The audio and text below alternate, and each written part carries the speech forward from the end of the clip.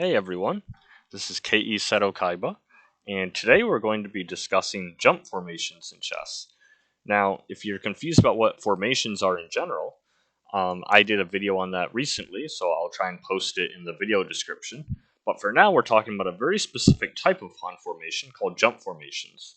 Now, what's useful about formations, or with any opening in chess really, is if you have some kind of knowledge of how you're supposed to navigate that formation or opening, it makes your job a lot easier in finding the right moves because you already have kind of a baseline of what kind of ideas you should be looking for. And so here in this video, we're going to first show some examples of a jump formation, the kind of position that we're talking about, and then we're going to actually go into how to actually play using these jump formations in chess. Now, before we begin, I also want to mention that just like with a regular mainline opening, a formation isn't necessarily going to be a huge advantage for either side, so it could work for white or black, but basically what it'll do is tell each side how they're more or less supposed to be playing the position. And that's a big advantage if you know what you're supposed to do in a position, but your opponent doesn't. So this will be really beneficial for both sides. But without waiting too long, let's actually start and get into it. So first, I want to show a very common position, which most people don't even consider, when they think this early, because we're so early in the game. They're not really thinking formation. Maybe opening, but not too much formations yet. So here we start with the normal King's Indian type setup. And with the fianchetto here, we have e4 grabbing the center. And then with d6, we're entering the normal King's Indian defense. And if we get knight f3, this is literally the normal variation. Usually black will castle. Oftentimes black will play for e5 or c5. But before they do that, as of right now, this position already is a jump formation. And so let's actually define what that actually means.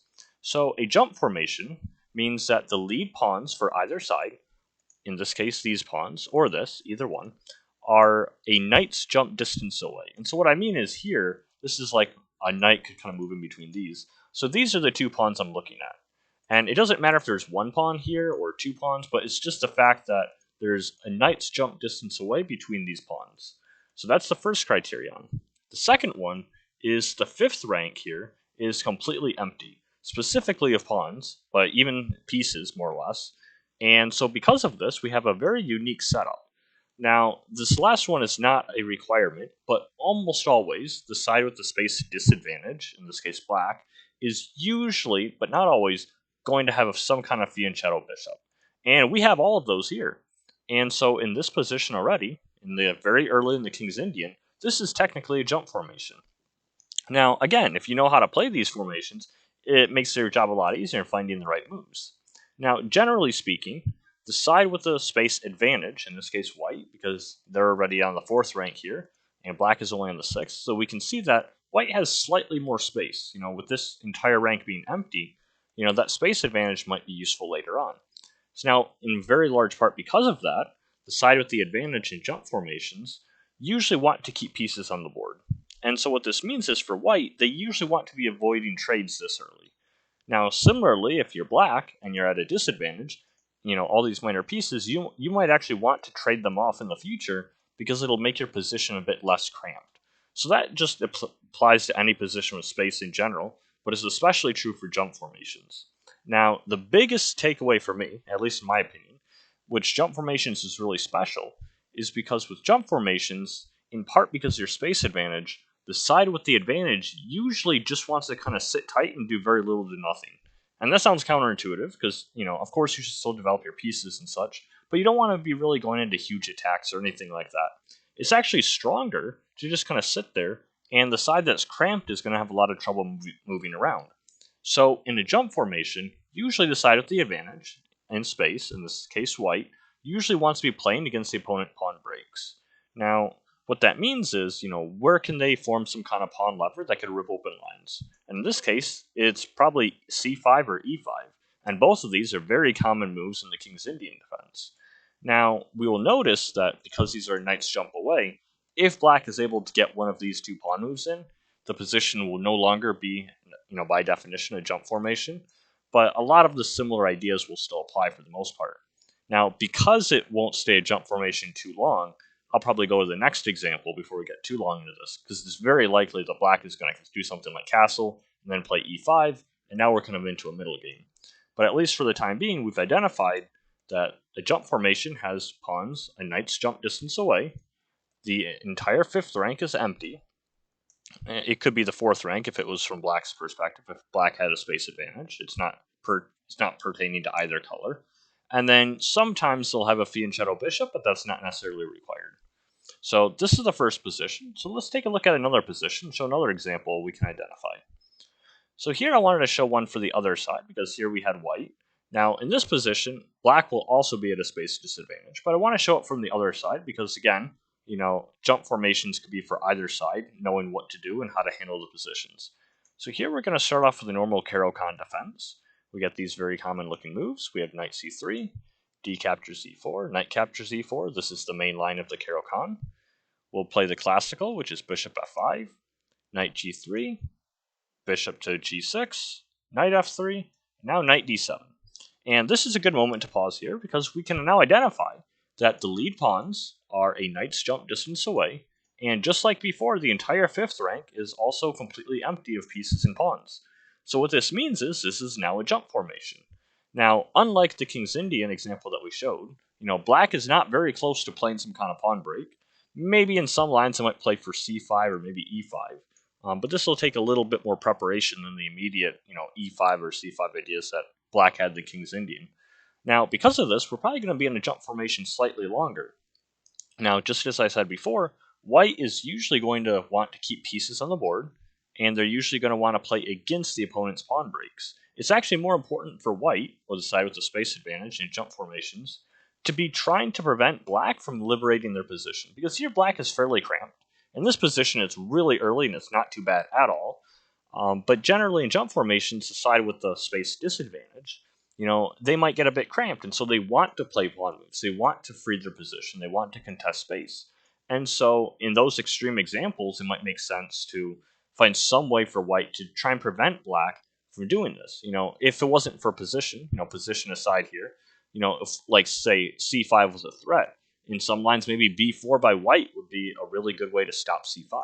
Now, for other reasons, positionally, we wouldn't want to play this because, for example, this square would now be a hole, and other factors like that. So, there's always many things you have to look at. But just looking from the perspective of jump formations, usually the side with the advantage is going to be wanting to play against the opponent's pawn breaks. And if you have the advantage, you usually just want to keep your pieces in a very nice state of readiness where they can kind of do anything and go anywhere, but you're not really committing yourself. So, alright, so let's continue with the line here.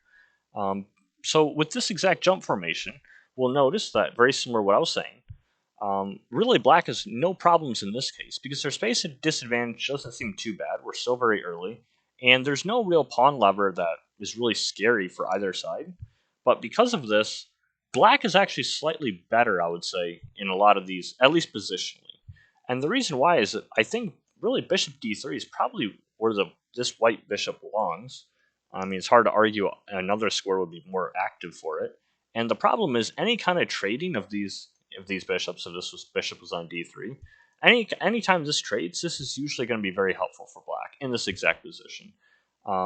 K-Mach in the book Pawn Power in Chess, he talks about these jump formations, and in this exact position, I'm quoting K-Mach, he says it's convenient for black if anytime they get to trade off this light scored bishop in this Caro-Kann.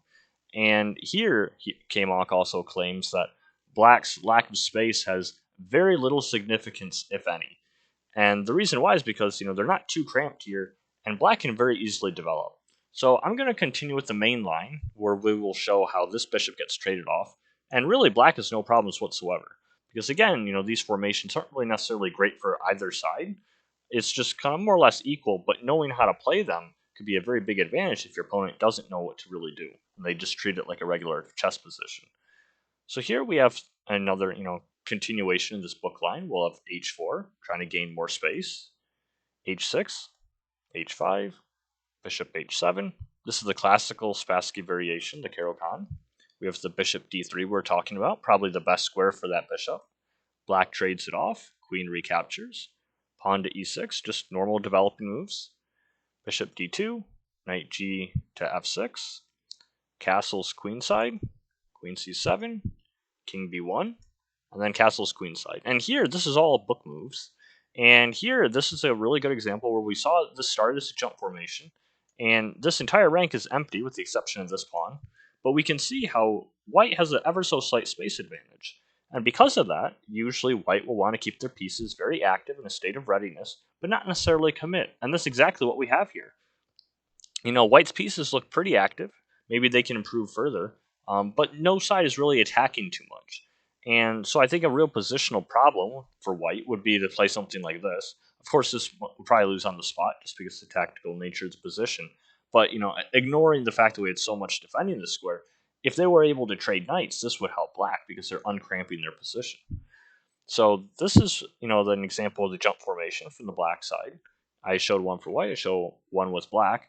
Now I'll show one last example, but this one we're going to get a little bit more in depth with.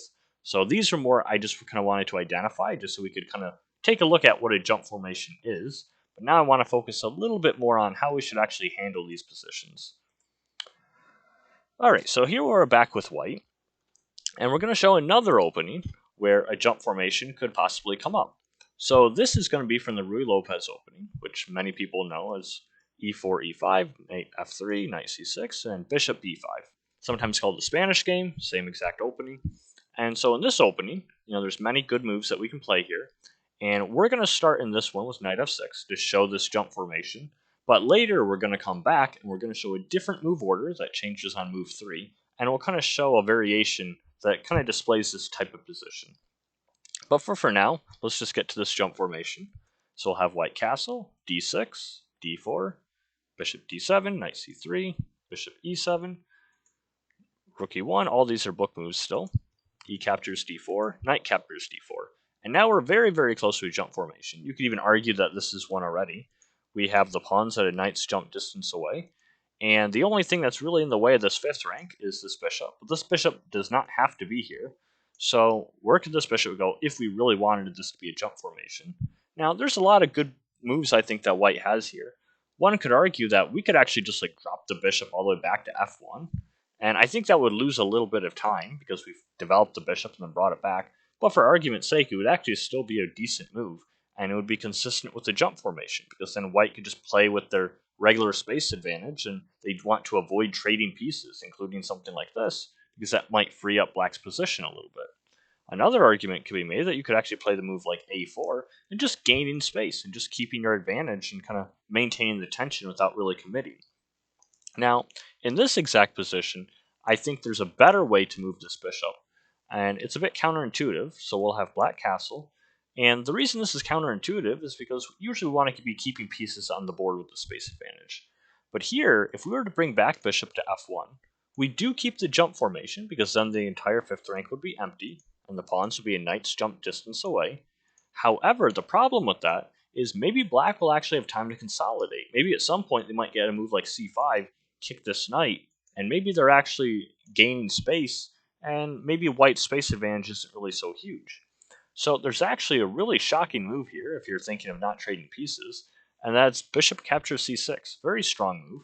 And now black is going to recapture with either the bishop or the pawn, and whichever one they capture with, they're going to end up with doubled c-pawns. If they capture with the bishop, then of course we could probably just take right away, and they'll have to recapture with the pawn.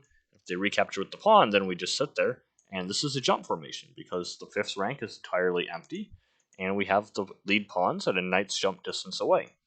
So in this position here, this is this jump formation on the Ruy Lopez, one of many that's possible. And now we'll go back to move 3, and we'll show this exact same formation, but I wanted to show a very common idea for this particular opening, this very exact position. So this isn't always for jump formations, but this is just this very specific Ruy Lopez line, where the move e5 is going to be very strong. And so in the example, we'll go back and we'll show this, and I'll give a really good example of a famous game where e5 was a very strong move. So here in the actual position we had before, we had knight at f6, but here we'll start with a6, and we'll get exactly the same formation, just with a different move order. Here we took this way, and we might recognize this position. This looks very, very similar to what we had before, where we were about to double black's pawns. Same exact concept here. It's a little different, because of what we had developed before, but this is still a jump formation. We have the pawns that lead, lead pawns at a knight's jump distance away, and we have the entire fifth rank empty of anything. Now, again, what this means is usually white will want to keep pieces on the board. They don't want to trade. Black, on the other hand, they want to trade because they want to try and uncramp their position, and by trading pieces, that'll help give them a little more room to move. Similarly, white should be trying to stop black from playing pawn breaks, and maybe that is even more important than doing more active things like attacking themselves. Because if they just sit here and do nothing, black is going to liberate their position. They have moves like d5, maybe c5. All these moves are going to help gain space and basically nullify the advantage that white has. And the last thing is, white really wants to develop their pieces in a state of readiness, where they're not really committing to any one thing. They're just kind of keeping black kind of sitting there doing nothing. So here we'll continue. We'll have black play pawn to c5, very logical move. And now, because again, we don't want to trade pieces, we really don't want to be offering some kind of trade, so we're just going to move the knight back to f3. Black develops the bishop to e7. We have knight c3, just normal developing move. Castling, rook e1, also developing. Bishop to b7, looks very active for both sides so far. Now we play bishop g5. And now we have h6 for black. And, again, it'd be very tempting to take for a lot of players. And, okay, it just trades off a piece. We no longer have the bishop here. We only have one bishop. So we're not really, giving up the bishop pair. So maybe taking is maybe playable for some people. But here, if you're thinking of the mindset of jump formations, this pawn has advanced. But still, a lot of the rules are going to apply because this is just one pawn here. And so we probably want to keep the bishop on the board because white is the one with more or less a space advantage, especially if this pawn is back on c6. And so because of that, white usually wants to avoid trading pieces. So the move bishop to h4 makes a lot of sense here. We have rook to e8, developing move. And now we have this characteristic move of these exact positions here, where white is actually going to play this e4 to e5. Very strong idea in this exact position. And the reason why is because we're actually really breaking up black's center in such a way that black is going to have a lot of targets in their camp, especially these doubled pawns. And so what happens here is we have, in this exact game that we're showing, we have d captures e5, rook recaptures, they trade the queens, which again is not ideal because all this trading is going to help black free their position. Here we have bishop to d6. Again, we trade again. Another time, now we're trading the rooks. But now we have knight d2. And the purpose of all of this, where I think white is actually slightly easier in their position, and the purpose because of the black's targets. So they've traded off their advantage in this jump formation, the slight space advantage, and they transformed it into something a little bit more permanent, something that doesn't require time because, black isn't really going to fix this. In this case, these doubled pawns are not going anywhere. But if we go back to the jump formation, it wasn't really so clear where white's advantage was, just a slight amount of space. And so here I think white is actually slightly better in their position, or at very least it's easier to play, because black has these permanent weaknesses that white can play against later. Now this is where I'll end this variation here, but this was actually from a famous game. This was Smyslov Botvinnik in 1954. It was their match. This was actually game 11. And I think white had a slightly easier position to play here. Now, if we were to go back to the jump formation position that I had here, we'll go over this, real briefly before we end the video. So what makes a jump formation very specific? If you identify, in any of your games that we're in a jump formation, so what things you should be thinking of is if you're the side with the advantage. Well, first of all, let's identify the jump formation is the pawns at a knight's distance away, and the fifth rank completely empty. Now, if you've identified this, what you should be thinking is, so as the side with the space advantage, you usually want to avoid trading pieces. You also want to be stopping the opponent's pawn levers. In this case, anything that would help free their position, something like this. Maybe even c5 kicking the knight, but traditionally I think d5 would be more of a lever because of this pawn here. And basically any way that they can help free their position. So white should really be trying to stop that because they have their slight advantage in space. And then of course they should be keeping their pieces in a very active, kind of developed state. Nice just kind of state of readiness. And that's a lot more important than actually starting some kind of attack. I think if you were to play this position normally, and you don't know if this is jump formation, I think it would be very tempting to play something like, say, bishop d5 developing, and then if you're threatened, just trade it for the knight. And, maybe that's okay in some cases, but it's not really in the spirit of this formation. And by doing so, you're giving up your advantage in space, and some of the assets that a jump formation holds. And if you're black and you're in the exact same situation from the other side, you might actually want to provoke trades, and you might want to be playing especially powerfully for pawn levers. That way you can help contest the center and contest the space disadvantage that you're faced with. So just by knowing what to do in those types of positions, it's a really big advantage. Once again, if you know this and your opponent doesn't. And personally, I wasn't even thinking in terms of formations until maybe roughly 1800 to 2000 level on chess.com. And so when I found out about this, this is just one formation. But of course, there's others. And the more knowledge you have, it just makes positions so much easier to handle because you already have a baseline of what kind of ideas you should be looking for. So most likely you found this idea much before I have. I discovered it slightly later, I guess, compared to most people, I would think. So I hope this helps everyone. And so now you know how to play against jump formations and know how to identify them in your own games. So thanks for dropping by, everyone, and I'll see you later.